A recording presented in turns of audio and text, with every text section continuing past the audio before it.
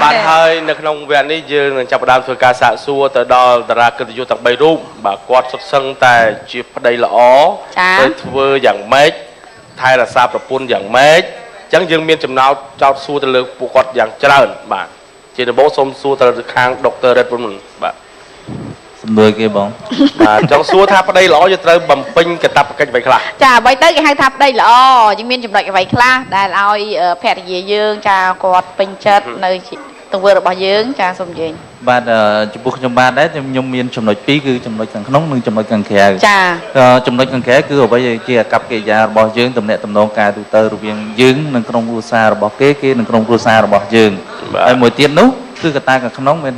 rồi viên pin nẹt đầy pôn cái ta này dương thở mưa plei chất bỏ quạt tuyệt lắm bữa sân thì dương chỉ ở đây nẹt dương cất ta pi rõm bỏ dương dương cất ti ở đây để chất bỏ dương dương còn ban tầm mưa rõm bỏ kia chẳng mình sấy không pin mình phô bằng hai nhà vậy thì chọn càng kẹt tay trong phum mình sấy bánh trôi chất lẹ men lẹ không lời chất chúng cá cái này trong thua chẳng tay cái này là sang lại chất ở đây chẳng nên tay thắng ở đây tay ở vậy để dừng sân kế chứng thử cái cha nào họ lơ họ pe ở lia chẳng nhưng thử mơ còn thắng thì không có trong bàn đây chẳng thử cái thua còn bạn nhìn pi nâng pi nâng cho chúng tôi lúc chia bàn đất bà chia bàn đấtสำหรับខ្ញុំនៅពេលដែលខ្ញុំស្គាល់គាត់ក៏បានមានអារម្មណ៍ថានៅពេលដែលបានស្គាល់គាត់រហូតដល់យើងចាប់បាយគ្នាជា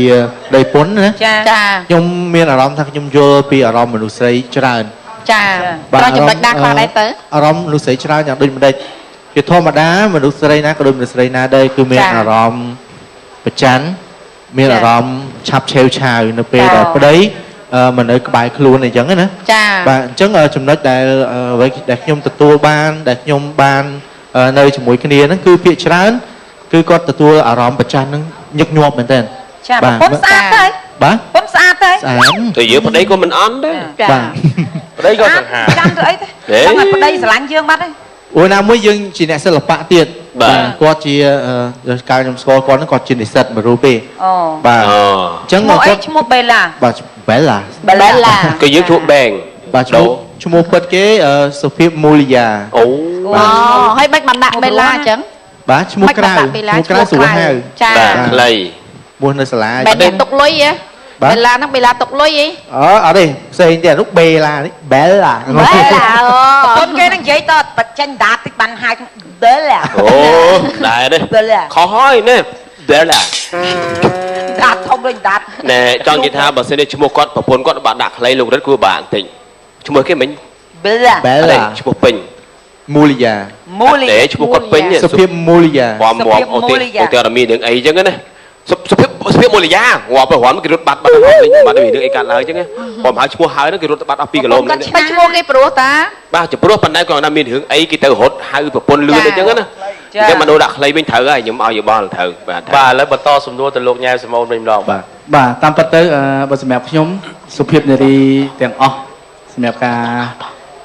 ចង់បាននៅឧត្តមស្វាមីដ៏ល្អមួយនារីណាក៏ដូចនារីណាខ្ញុំជឿជាក់ថាគាត់ត្រូវការអ្នកដែលទទួលខុសត្រូវជាសុភាពបរិសុទ្ធពិតសម័យនេះខ្ញុំក៏អញ្ចឹងដែរបាទដូចដុកទ័ររិទ្ធគាត់ជំរាបជូនមិនទាំងការតំណែងតំណងនៅខាងក្រៅទាំងនៅខាងក្នុងការតំណែងតំណងនៅខាងក្រៅបានន័យថាគាត់មិនមែនថាគាត់ស្រឡាញ់ស្វាមីនឹងតែម្នាក់ឯងទេចាទោះតែឲ្យមហាជនទាំងអស់ដែលពេលដែលគាត់ធ្វើដំណើរទៅណាមកណាឬក៏ការប្រស័យតាក់ទងជាមួយនឹងមហាជនផ្សេងគេស្រឡាញ់និងចូលចិត្តដល់ស្វាមីគាត់ដែរបានគាត់មានមោទនភាពសម្រាប់ស្វាមីគាត់មួយទៀតសម្រាប់នៅក្នុងក្រុមសង្គមគ្រួសារគឺស្វាមីនោះគឺជាបុរសដែលទទួលខុសត្រូវមានច្រើនបាទលើចំណុចអ្វីខ្លះដែរទៅបើសម្រាប់ខ្ញុំចាមិនមែនថាខ្ញុំមាន experience អីច្រើនទេគាត់ថាខ្ញុំបើស្ថិតនៅក្នុងសង្គមសិល្បៈចាត់ទុកថាខ្ញុំរៀបអាពាហ៍ពិពាហ៍មុនគេប៉ុន្តែខ្ញុំនៅតែខ្វះខាតចឹងបើថាបងគាត់យល់ដឹងពីការងារនៅក្នុងសង្គមគ្រួសារជាពិសេសជីវិតគូច្រើនជាងខ្ញុំប៉ុន្តែអ្វីដែលខ្ញុំមាន experience កន្លងមកគឺការទទួលខុសត្រូវចាមនុស្សស្រីគ្រប់រូបអ្នកណាក៏ចង់បានឧត្តមស្វាមីដែលមានកាយសម្បទាល្អទ្រង់5ហັດភាសាតែពេលថាទ្រង់5ហັດគឺការទទួលខុសត្រូវមិនមែនឲ្យតែមនុស្សនោះសង្ហាសាច់ដុំធំហើយជាមនុស្សប្រុសពេញលក្ខណៈមែនទេចាបាទខ្ញុំចង់ជម្រាបប្រាប់ថាមនុស្សប្រុសដែលពេញលក្ខណៈគឺមនុស្សប្រុសដែលធ្វើឲ្យនារីម្នាក់ដែលជាឧត្តមភរិយារបស់យើង មានសេចក្តីសុខមួយជីវិតបាទដែលហៅថាមានសេចក្តីសុខមួយជីវិតយ៉ាងណានោះគឺការទទួលខុសត្រូវដូចជាខ្ញុំជំរាបជូននឹងការទទួលខុសត្រូវនេះគឺសំខាន់បំផុតគឺភាពឆ្លាតវៃនៃការប្រកបនៅរបបទទួលទានជាពិសេសគឺប្រាក់ចំណូលសម្រាប់សង្គមគ្រួសាររបស់យើងដើម្បីកុំឲ្យមានការបង្ខាតនិងខោចបង់ចាបាទធម្មតាការរកចំណូលជារៀងរាល់ថ្ងៃនឹងការចំណាយគឺវាស្មើគ្នាពេលណាតែយើងចូលគឺត្រូវមានចេញដូចជីវិតរបស់គ្រួសាររបស់ខ្ញុំរាល់ថ្ងៃបើនិយាយអស់ទៅនៅក្នុងពេលបច្ចុប្បន្ននេះនិយាយពីជីវិតគូខ្ញុំមានមោទនភាពមែនទែន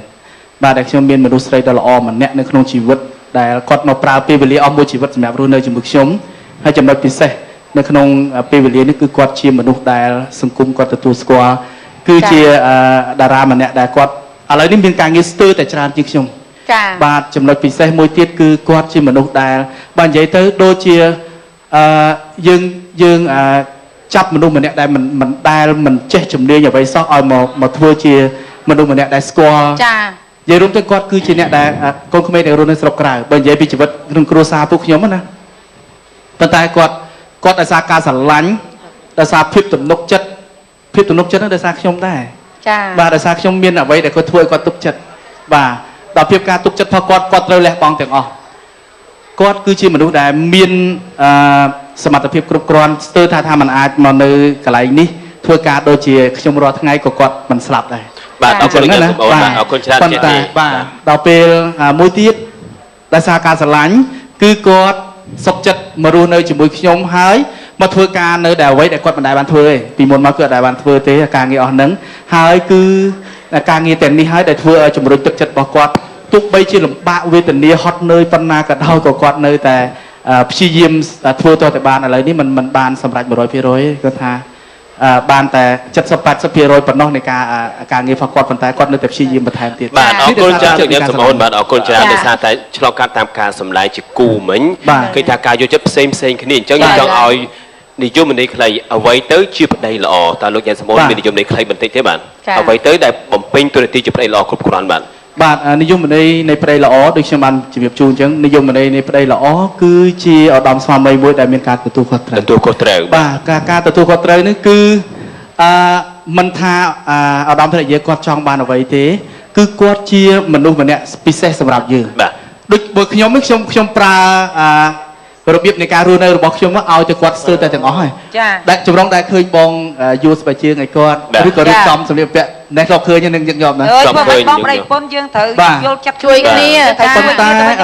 ទន្ទឹមនឹងទង្វើរបស់ខ្ញុំនោះក៏មានមជ្ឈដ្ឋានឬក៏ចចាមរាមួយចំនួនថាគេរិះគន់មែនទេគេរិះគន់និយាយត្រង់គេរិះគន់ហើយគេរិះគន់អីទេគាត់ថាម៉េចបាទគាត់ថាចេះគាត់មានអារម្មណ៍មួយគាត់ថាខុសពីមនុស្សប្រុសដទៃទៀតកន្លែងនេះខ្ញុំចង់ជម្រាបជូនថាឧត្តមកតេឬក៏និយមន័យនៃប្តីល្អគឺរបៀបនេះមនុស្សស្រីគ្រប់រូបដែលចង់បានឧត្តមស្មារតីដែលល្អគឺចង់បានរបៀបនេះអញ្ចឹងមិនមែនថាយើងកាន់កៅអៅឬក៏យើងមកជួយធ្វើសក់ឬក៏យើងមកជួយពាក់ស្បែកជើងឲ្យគ្រួសារយើងដែលមានការងារជាអ្នកសិល្បៈដូចគ្នាយើងទៅជាមនុស្សស្រីមិនមែនទេឥឡូវខ្ញុំសួរបងឯងកាពេលរៀនធ្វើសក់នៅហាងណាហើយដឹងថាបងចេះធ្វើសក់ដែរអីបើខ្ញុំទៅកម្មវិធីជួបបងឯងទៅរឿយបងឯងមូសក់ឲ្យប្រពន្ធទៀតណាតែតើឲ្យដឹងមិនចេះពេលដែលធ្វើសក់ម្ដងចឹងណាភរិយាគាត់ទៅធ្វើសក់នៅកន្លែងនេះខ្ញុំហើយលោកច័ន្ទអូនគាត់បានដូចថាកំបងម៉ូតគាត់ឆ្លាញ់ម៉ូតណាពេលខ្លះចឹងជាងធ្វើរៀងមិនសូវជាដងគាត់ប្រាប់ថាអូណៃថែមនេះថែមនោះដូចថាបាននេះថាគាត់យល់ពីអ្វីដែលហៅថាភាពស្អាតរបស់នារីចាតាមពិតទៅគឺបើនិយាយពីការរៀនប្រហែលជាសុជាតិសិលអនចាបើទៅហាគាត់ច្រើនហើយដូចគាត់បានជំរាបជូនចឹងការ design សម្រាប់ធ្វើឲ្យមានសម្ព័ន្ធភាពពីមួយកម្មវិធីទៅមួយកម្មវិធីយើង update សម្រាប់ខ្លួនឯងបើខ្ញុំមិនបានរៀនទេហើយខ្ញុំក៏អត់មានជំនាញអ្វីដែលសម្រាប់ការធ្វើសក់នឹងដែរខ្ញុំអត់ចេះធ្វើនិយាយធៀបពិតគឺខ្ញុំអត់ចេះធ្វើមែនប៉ុន្តែខ្ញុំចេះទើសបាទខ្ញុំចេះទើសនៅពេលដែលមិនមែនថាជាងគេប្រសពទៅគេធ្វើស្អាតទេប៉ុន្តែយើងមិនមែនទៅក្នុងកម្មវិធីដែលត្រូវតែញ៉ាំការធម្មតាអញ្ចឹងយើងមានពេលវេលាខ្លះកម្មវិធីខ្លះយើងត្រូវតែ ប្លែកខុសពី ចា អ្នកដែលសាមញ្ញធម្មតា ចា ចា និយាយរួមទៅផ្ទះវិញខ្ញុំវាយប្តីខ្ញុំដកបាក់ដៃស្គាល់ប្តីគេថ្ងៃមុនខ្ញុំនិយាយឲ្យប្តីខ្ញុំចេះតើពេលទៅកម្មវិធីនៅខែឬក៏ទៅណាអីចឹងខ្ញុំថាចេះបើសិនជាបងឯងចេះធ្វើសក់ដូចលោកយ៉ែមសំអូនណាមិនបាច់ទេអូនមិនបាច់ត្រូវការយកជាងទៅតាមទេគាត់តែហ៊ានចេះមូសក់ចេះអីគាត់តែគៀបត្រង់អីណាចេះអូយអូនឲ្យបងមិនចេះចាំថាដងខុសគ្នាមិនចឹងអី អូនឯងអញ្ចឹងហើយចំពោះបងចំពោះនាងខ្ញុំវិញអូ ទាំងស្អីនាងnóធាត់ឡើងផ្លៃហើយ បើប្តីនាងខ្ញុំ ទៅទិញស្រីហ៎ បានដូចប៉ិនលោកញ៉ែមសំអូនមិនដឹងសប្បាយចិត្តមិនទេព្រោះមួយថ្ងៃអត់ចេះធ្វើសក់ឲ្យនាងខ្ញុំគិតតែឲ្យនាងខ្ញុំកាត់ខ្លីហើយបញ្ចុកនាងខ្ញុំឲ្យឡើង style តែម្ដង ណែកុំចំណាយនេះយើងមានស្គូសាល្អអញ្ចឹង ចា ហើ ឥឡូវចំណែកលោកជាសវណ្ណរដ្ឋវិញម្ដងចាមានចំណុចអ្វីដែលតាក់ទាញខ្លះធ្វើឲ្យភរិយាពេញចិត្តមានចំណុចអ្វីខ្លះដែរដូចថាពេលខ្លះគាត់ក៏ធ្វើការងារនឿយហត់មិនចឹងហីចាអញ្ចឹងយើងមានពេលវេលាយើងមានវិធីសាស្ត្រយ៉ាងណាដែរចា និយាយរួមនៅពេលដែលយើងរៀបអាពាហ៍ពិពាហ៍នៅពេលដែលចាស់ប៉ាម៉ាក់គាត់កន្លែងវគ្គកាត់សក់ពេលកាត់សក់គាត់បញ្ជូនពរ ឲ្យពើកូន ហ្នឹងហើយឲ្យពរកូនចៅក៏ដូចជាភ្ញៀវដែលគាត់ចាស់ទុំហ្នឹងគាត់មិនតែងតែជូនពរយើងថាស្រឡាញ់គ្នាកូនចេះអត់ឲ្យនៅគ្នាអធិស្ឋានគ្នា ចា បាទអញ្ចឹងក៏ខ្ញុំយល់ថាចំណុចនេះគឺជាចំណុចមួយដែលអាចឲ្យស្វាមីភរិយាគាត់នៅជាមួយនឹងគ្នាបានយូរអង្វែងដូចខ្ញុំបានធ្លាប់លើកនៅក្នុងកម្មវិធីពេញចិត្តអត់ ចា Mr. Miss Hawk Show ដែរ ចា ព្រោះថាការដែលយើងចេះអត់ឲ្យនៅគ្នាបាទយល់អធិស្ឋានឲ្យគ្នាគឺជាការងារមួយដែលល្អព្រោះថាមិនមែនថាយើងធ្វើអញ្ចឹងយើងអន់ទេណា ចា តែយើងយល់ចិត្តប្រពន្ធយើង ត្រូវហើយ ហើយយើងទុកមុខក៏ដូចជាផ្ដល់កិត្តិយសសម្រាប់គាត់ ចា បាទនិយាយរួមបើខ្ញុំនឹកខ្ញុំយល់ឃើញនៅបទចម្រៀងមួយដែលយុវវ័យរបស់យើងគាត់បានតែងមួយហ៎បង ចាគេថា គេថាបទចម្រៀងកើតមកដើម្បីតែលួងគេ ចា បាទព្រោះថាជីវិតដែលខ្ញុំចាប់ដៃគ្នានេះជាជីវិតយុវវ័យអញ្ចឹងបទចម្រៀងដែលគាត់តែងមកហ្នឹងគឺជាបទចម្រៀងបែបយុវវ័យប្រហែលជាគាត់ជួបប្រទេសរឿងគាត់ ចា បាទអញ្ចឹងពេលខ្លះខ្ញុំក៏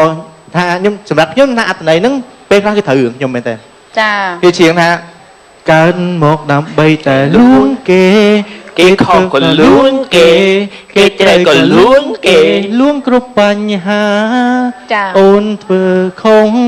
បងសុំទុំអូនខុសវិញបងសុំបែក តែពេលខ្លះដល់ពេលប្រពន្ធរសាខឹងអញ្ចឹងមានអារម្មណ៍ថាធុញប្រពន្ធណែម្ដងអី ជារួមបងអារម្មណ៍យើងធ្លាប់តែជាមនុស្សប្រុសធម្មតាពេលខ្លះដូចខ្ញុំអញ្ចឹងពីមុនខ្ញុំអត់សូវចេះត្រូបាទអត់សូវចេះត្រូនារីឬក៏អីច្រើនអញ្ចឹងឯងប៉ុន្តែដល់ពេលដែលស្គាល់គាត់ខ្ញុំមានអារម្មណ៍ ថ្ងៃ ថា នេះអត់ដែរត្រូអញ្ចឹង បាទឥឡូវត្រូច្រើន ប្រពន្ធគេត្រប្រពន្ធពេលខ្លះហ្នឹងហើយត្រហើយនិយាយតទៀតតា ដល់ពេលយូរទៅមានអារម្មណ៍ថាខ្ញុំគាត់ពេលខ្លះយើងថាយើងឆេវឆាវប៉ុន្តែពេលខ្លះអារម្មណ៍មនុស្សស្រីឆេវឆាវជាងមនុស្សប្រុសទៀត អូមែនតែឆេវឆាវហ៎ បាទ នៅស្រីឆេវឆាវហ៎ ចាចា ហើយដល់ពេលអត់ចិត្តគ្នាម្ដងពេលនេះណាទៅអុយ តែបបឡើងខ្ញុំខឹងចឹងហ្មង អង្គុយវិញ ណែនាងលីអូនាងវែងសបាមកនោះលើកតិចទៅអូយ ដល់ពេលរត់ដល់ពេលដែលអត់ចិត្តគ្នាមួយណានិយាយរមួយណាមុនចា ដូចបទចម្រៀងអញ្ចឹងខ្ញុំលួងគាត់រហូត លួងរហូតតែពេលខ្លះមានអត់លួងហ៎ បាទ ពេលខ្លះមានថាអូខំទៅមិនបាច់លួងអីទេ អត់បានមកភ្លាតនឹងទៅលួងវិញដដែល ឥឡូវចេះចង់ឲ្យលោកជាបណ្ឌិតលួងហ្មងចង់ឲ្យលួង មើ មិន លធ្វើកាយវិការលួងភរិយាមើលណាស្វាមីដល់ល្អយើងត្រូវធ្វើម៉េចពេលដែលភរិយាយើងអន់ចិត្តខឹងតែប្រពន្ធបើលំដាប់ហ្នឹងខឹងសឹងភ័ក្រចេញក្រៅភ័ក្រ មិត្តភ័ក្ដិអីដូចឲ្យយើង ខ្ញុំឃើញបងឯងទៅថតជាមួយគេថើបមិនមែនថើបលក្ខណៈធម្មតាឃើញតាប់អារម្មណ៍គេខ្ពស់មកខ្ញុំឃើញកែភ្នែកបងឯងខ្ពស់មកបងឯងមិនយកខ្ញុំជាប្រពន្ធបងឯងអត់ឃើញ បងដឹងតាប៉ុន្តែបងថតតើអត់យល់ ខ្ញុំយល់ហើយបងឯងថតកំលេចសុំទូរស័ព្ទគេខ្ញុំប្រាប់ណាខ្ញុំហែកបងឯងដឹងទេ អត់មានទេ ពេលហ្នឹងជាសវណ្ណរិទ្ធគេថារបៀបម៉េចចាត់ទុកថាខ្ញុំតួប្រុសឥឡូវខ្ញុំដើរតួជាមួយនាងចុះពេលហ្នឹងលេងរឿងឥឡូវដឹករឿងខ្ញុំលេងមួយនេះទៀត នេះជួជាវណ្ណរិទ្ធ ចាជាវណ្ណរិទ្ធ បាទពេលហ្នឹងពុកឲ្យសម្ដែងរឿង ដែររឿង បាទ មក ឈុតកន្លែងហ្នឹងគឺដូចលោកចំបងថាហ្នឹង ចាំលោបឬក៏ ឃើញហ្នឹងគឺទៅថើប អូថើបខ្ញុំថើបលួងគេ ធម្មតាយើងទួផង ពេលភរិយាយើងខឹងហ្នឹងហើយតោះ សម្រាប់ប៉ុណ្្នឹងដែរថើបបង្កើតដល់ មុខដូចជន់មីន អូយជួយមិនបានទេចា តែងប្រុសគាត់ស្អាតដល់ពេលតែងស្រីណាអាក្រក់ណាចម្រោះ ណែសាក់ទឹកឡើងដាច់វាលមើលអស់បាសសក់ឡើងហ្នឹងបងកញ្ញាលេខ1 ជួយបានទេមកលេងរឿងហ៎ ទៅ អើ ហេចាំចូលតួប្រុសវិញមិនទេ អូន ចា ធ្វើរឹកមែនអូន ធម្មតាគេ បែកមកបាត់ឡើយ ធម្មតាគេស្អាតអញ្ចឹងហើយដូចកលបងកលមានអីកលមែននេះ មិនឈុតឡើយហ្នឹងត្រូវមិន ជួយខ្ញុំតួប្រុសហ្នឹង អត់តួប្រុសហ៎ បាទខាងនេះឥឡូវខាងនេះគេសម្ដែងវិញណាពេលនេះគេខឹងមិន តោះតោះ តម្រងខឹងវិញដើរតួធ្វើបែឡា បេឡា បែឡាហើយខាងណាសុវរិទ្ធ ខ្ញុំ ហ្នឹងហើយឲ្យរត់គេធ្វើ អូខេតោះ ឥឡូវខ្ញុំអង្គុយមើលតើអង្គុយមើល ហេឲ្យជួយតួប្រុសមើលមកជួយតួស្រីមើល ហ្នឹងហើយទៅតួស្រី ខ្ញុំតួស្រី អឺតួស្រី action ថើបកើតដល់សពុកមាត់ហ្នឹង ណាថាមែនតើអីបាទខ្លាញ់ខ្យង ថើបមែនតើ អត់ទេខ្លាញ់ខ្យង ស្អីបែឡាមិនប្រចាំបងទេ អត់ទេខ្លាចត្រូវមកឆាប ទៅថើបទៅស្អី ណែដងវាយក៏យ៉ាប់ត្រូវ ថើបមក បងរ៉េ ស្អីណាខ្លាហ៎ ខាត់សិនណាមែនទេនិយាយមួយខ្ញុំតិច ងាប់ ហេអូន បងឯងនេះគ្មានថើបដល់ហើយណាបន្លំគេគិតមកណាខ្ញុំប្រាប់ហើយបងឯងភឹងលួចហឺត សិល ហឹក បាក់អូឆ្ងល់ដែរ អត់ទេសិល្បៈក៏ដោយបន្លំទៅ ណែកុំញាច់ពេកគេលេងរឿងនេះលេងរលុយអី អត់អីបងអត់អីអូនមកនេះ ខ្ញុំទៅមុនបានមិនឯងថតទៅបាញ់ទៅមុនបានថត អូន មកវិញអូលោកគឺថាលោកដល់ទីបញ្ចប់តែម្ដងទោះបីជាភក្តិហ្នឹងថាពេលខាងមកហោច្រើនដល់នេះខ្ញុំក៏ជានារីដូចគ្នាបើសិនជាខឹងហើយថាមិនលួងគឺមានអារម្មណ៍ថារត់តែខឹងថែមទៀតហ្មងណែស្អីលេងនោះ ស្អីនាងនោះអូយ មកចាប់ឡើងថៃដល់គេទាញលេងយូធូបខ្លួនឯង អត់ទេ មកឡើងសួរដុកទ័រហ្នឹងមក នេះនឹងសរសៃនេះនឹងសរសៃរកចិត្តលេងខ្លួនឯងទៅណែ អត់ទេតែពេលលោកនេះឲ្យជីកគាត់ដើរតួចឹងដល់ពេលដើរតួចឹងសំហើយណា បាទឥឡូវទុកឲ្យដុកទ័ររិទ្ធឆ្លើយនៅសំណួរដែលតមកខាងនោះមកវិញបាទ ចាខ្ញុំចង់សួរថាឆែលោកដុកទ័ររិទ្ធគឺគាត់មានជាអ្នកសិល្បៈប៉ុន្តែ សំឡេងផង អើយច្រឡំភ្លេចខ្លួនមួយថ្ងៃហើយចាលោកជាសវណ្ណរិទ្ធនឹងក៏មានអ្នកសិល្បៈ តិចទៀងតែអញ្ចឹងមែន ហាបន្តមកទៅគាត់បានភរិយាគាត់នោះហាមិនមែនជាអ្នកសិល្បៈទេអញ្ចឹងចង់សួរថាតើមិនដែរការសម្រួលគ្នារវាងប្រពន្ធហើយនិងស្វាមីមិនដែរតើយើងមានការសម្រួលមិនដែរ គាត់យល់ឃើញយ៉ាង ប្រព ម៉េ ន្ធ ច ហ្នឹងអាសាខឹងអត់ហើយពេលប្រពន្ធខឹងហ្នឹងយើងលួងប្រពន្ធរបៀបម៉េចតើដូចជាសវណ្ណរិទ្ធអត់ ហ្នឹងហើយ ណែតាមលោកនៅទីបញ្ចប់អត់ឬក៏មិន ហានិយាយមក បើខ្ញុំឃើញថារឹតគេសម្ដែងប៉ុន្តែអ្វីដែលជាកត្តាដែលចំពោះរូបខ្ញុំវិញវាមានប្តីទាំងអស់មនុស្សប្រុសទាំងអស់តែតែមានចំណុចផ្សេងរៀងខ្លួនទាំងអស់ចំពោះរូបខ្ញុំវិញអ្វីដែលជាខាងសិល្បៈវិញប្រពន្ធរបស់ខ្ញុំអត់ខែថាធ្វើមិនធ្វើបងស្រី ចា ជាការងាររបស់យើងកុំខ្វល់ ខ្ញុំមិន ខ្វ ដែរ ល់ទីមួយគាត់ថាកុំឲ្យតែមានចិត្តទៅរកស្រី មកប្រហែលមក ដល់ពេលគេអត់រវល់គេអត់ខែអញ្ចឹងខ្លាចគេវិញតា ហ្នឹងហើយ ខ្ញុំជឿតែខ្លាចគេវិញ អត់អីព្រោះអ្វីដែលយើងមុននឹងយើងចាប់ដៃគ្នាជាលក្ខណៈប្តីប្រពន្ធយើងត្រូវសិក្សាពីគ្នាខ្ញុំសិក្សាជាមួយគាត់រយៈ សិ ពេល ក្សាប៉ុន្មានឆ្នាំដែរ 6ឆ្នាំ អូ សិក្សានៅណាកាលហ្នឹង សិក្សានៅគ្រប់ទិសទីកន្លែងទាំងអស់ឲ្យតែមានការសិក្សា ចុះគាត់មានលក្ខខណ្ឌអីថាមុនពេលដែលយើងចាប់ដើមរស់នៅមួយគ្នាមានលក្ខខណ្ឌថាបងឯងចេះត្រូវតែចេះទី1ទី2ទី3អញ្ចឹងគាត់មានលក្ខខណ្ឌជាមួយហ៎ មនុស្សយើងមិនបាច់បាត់តែលក្ខខណ្ឌនឹងគ្នាទេមនុស្សមិនមែនជាឧបករណ៍ឬក៏ជាគ្រឿងអេឡិចត្រូនិកដែលយើងកំណត់ទិសដៅសម្រាប់តការធ្វើទេយើងយល់ចិត្តគេយល់ចិត្តយើងអ្វីដែលយើងធ្វើគេដឹងយើងគេធ្វើអ្វីមួយទៀតយើងដឹងពីគេថាអ្វីដែលយើងធ្វើទៅបានចាំយើងឲ្យគេធ្វើលក្ខណៈប្តីប្រពន្ធយើងកំភែគ្នាទៅវិញមកឥឡូវបងធ្វើទៅអញ្ចឹងល្អអត់អញ្ចឹងគាត់ថាអត់ល្អអញ្ចឹងខ្ញុំគិតសិនជួនកាលកំណត់របស់គាត់ខុសតែបើគាត់កំណត់គាត់ថាល្អអញ្ចឹងខ្ញុំយក ចា គាត់ធ្វើអ្វីមួយទៀតក៏ដោយត្រូវតែមានគ្នាទៅវិញទៅមកថាឥឡូវណៃអត់ត្រូវធ្វើអញ្ចឹងឯងគាត់អត់ធ្វើតាមដូចគ្នា យើងត្រូវចេះយល់ចិត្តគ្នា បើថាយល់ចិត្តគ្នាទៅវិញមកធ្វើជាប្តីប្រពន្ធពុំមែនកំណត់ទិសដៅឲ្យមនុស្សដៃគូរបស់យើងទៅធ្វើអ្វីទៅតាមចិត្តរបស់យើងឯងគួរតែឲ្យគាត់ធ្វើអ្វីមួយទៅតាមចិត្តរបស់គាត់ឲ្យគាត់សប្បាយចិត្តនឹងការធ្វើអញ្ចឹងលក្ខណៈប្តីប្រពន្ធឬបងញ៉ាំអូនទៅគាត់ឆ្លាញ់អីគាត់ធ្វើហ្នឹងគាត់ធ្វើទៅបានធ្វើ ចាឥឡូវចេះទៅអរគុណប្តីល្អទី3 បើសិនជាយើងកំណត់ថាត្រូវតែធ្វើតាមអ្វីដែលជាយើងជាប្តីយើងជាអ្វីក៏ដោយ ជាបញ្ជាពេកចា ដល់ពេលថ្ងៃមួយយើងនឹងដល់ផ្លូវមិនតែយើងត្រូវផ្លូវ អត់ទេខ្ញុំឃើញគាត់បញ្យល់អញ្ចឹងខ្ញុំឃើញគាត់និយាយអញ្ចឹងល្អគាត់ប្រកែបញ្យល់អញ្ចឹងដូចថាអ្នកទិញចូលទៅ អាវមិនល្អក៏ត្រូវទិញដែរសុំទៅសារ ណែបានហើយក ែហ្មង បានហើយអ្នកល្អទាំង3បានហើយ ថៃមាត់ថៃ ចង់ប្រាប់ថាអញ្ចេះកម្មវិធីរបស់យើងមានវគ្គក្រោយបន្តទៀតណា វគ្គលេងហ្គេម វគ្គលេងហ្គេមនោះផ្លេចហើយហី លេងហ្គេមហ្មង ហ្គេម និយាយច្បាស់ ស្អីគេត្រូវឲ្យទៅបៀតតិចហើយ លេងអី វគ្គហ្គេម ហ្គេមហ៎ ហ្គេម បាននិយាយទៅ លឺមិន អើ លឺធ្វើម៉េចមិញ លឺចូលលេងហ្គេម លេងហ្គេម កាមិន លេងកាមមិនទេ No game game ហ្គេមរត់ពួន No game game អាហ្គេមលេងមិន game លេងធម្មតាទូទៅមានការចូលរួម មិនឥឡូវឡើងលេងហ្គេមវាមិន អូយហត់ទៅច្រើនលេងធម្មតានិយាយទៀតទេពួកម៉ែអើយដឹងហើយវា ទៅ ដឹង ទៅសុំមួយសុំខ្វេះឲ្យពីមាត់លោកប៉ែននេះម្ដងដូចទូ អរគុណច្រើនចា អីបាទដែរចាអរគុណច្រើនដល់ប្តីល្អទាំង3 អរគុណ ដោយសារតែពេលវេលារបស់យើងខ្លីបើយើងខ្លេចសួរថាប្តីល្អទៅធ្វើយ៉ាងម៉េចនោះតតែរយៈពេលយូរណាស់ច្រើនមែនទេ ឥឡូវនេះពីកម្មវិធីយើងក៏សូមអនុញ្ញាតពីលោកអ្នកនាងកញ្ញាសម្រាប់មួយផ្លែតសិនបន្តិចទៀតយើងជួបគ្នាចាលេងហ្គេមសប្បាយ